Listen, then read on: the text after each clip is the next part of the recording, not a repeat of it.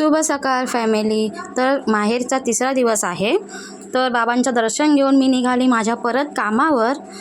तेच माझा रुटीन आहे. आता थोडे दिवस माहेरी आहे तेवसर, कारण मी आलेली आहे माझ्या माहेरी मजा करायला.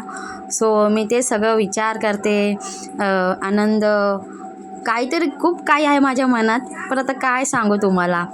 तर मग मी माझी ट्रेन पकडून मी माझ्या स्टेशनला पोचली आणि मग मी उतरून माझ्या कामावर गेली. म्हणजेच रिक्षात बसून कामावर गेली, कारण चालायचं एवढा कंटाळा येतो ना, तर तुम्हाला काय सांगायचं.